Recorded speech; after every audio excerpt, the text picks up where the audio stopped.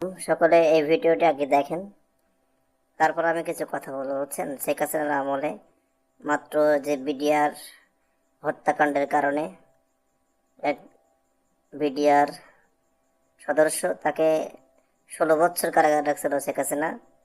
ঠিক আছে, কিন্তু 14 দিন হয়েছে বিয়ের বয়স, এই অবস্থা সে রেখে যায় তার স্ত্রীকে। 16 বছর পরে সে কারাগার থেকে বেরিয়ে এসে দেখে তার স্ত্রী এখনো তার বাড়িতেই আছে। ভিডিওটা দেখুন। ঠুনকো কারণে একজন আরেকজনকে ছেড়ে যাওয়ার যুগে এ যেন ভালোবাসার এক অনন্য উদাহরণ। ভালোবাসা দিবসে প্রেমের গল্পের অভাব হয় না, কিন্তু এমন দৃষ্টান্ত খুব কমই দেখা যায়। যে গল্পের জন্ম দিয়েছেন বেবি আক্তার, স্বামীর অপেক্ষায় অনিশ্চিত 16টি বছর কাটিয়েছেন শ্বশুর বাড়িতেই। পরিবারের পছন্দে বিয়ের 14 দিনের মাথায় স্বামী আচ্ছা, এই ভিডিওটা সবাই আপনারা দেখলেন, সবাই জানেন ঘটনাটা।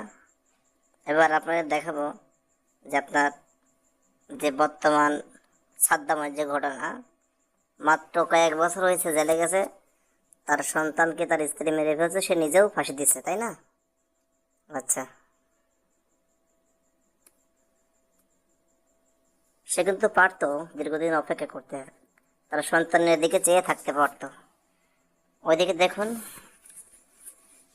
16 বছর অপেক্ষা করেছে, আর ইনি সাদ্দাম সাহেব উনি মাত্র কয়েক বছর অপেক্ষা করতে পারেনি।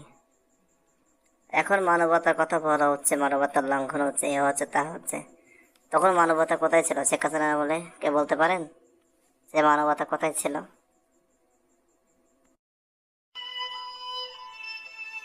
শেষ পর্যন্ত কারা ফটকেই প্রিয়তমা স্ত্রী ও জানালেন নিষিদ্ধ ঘোষিত ছাত্রলীগ নেতা জুয়েল হাসান সাদ্দাম। প্যারোলে মুক্তি না পাওয়ায় কারাগারের ফটকেই থেমে যায় তার শেষ দেখা, শেষ বিদায়। শনিবার সন্ধ্যায় যশোর কেন্দ্রীয় কারাগারের ফটকে দাঁড়িয়ে শেষবারের মতো স্ত্রী সুবর্ণা স্বর্ণালী ও 9 মাসের সন্তান নাজিমের নিথর দেহ দেখেন সাদ্দাম।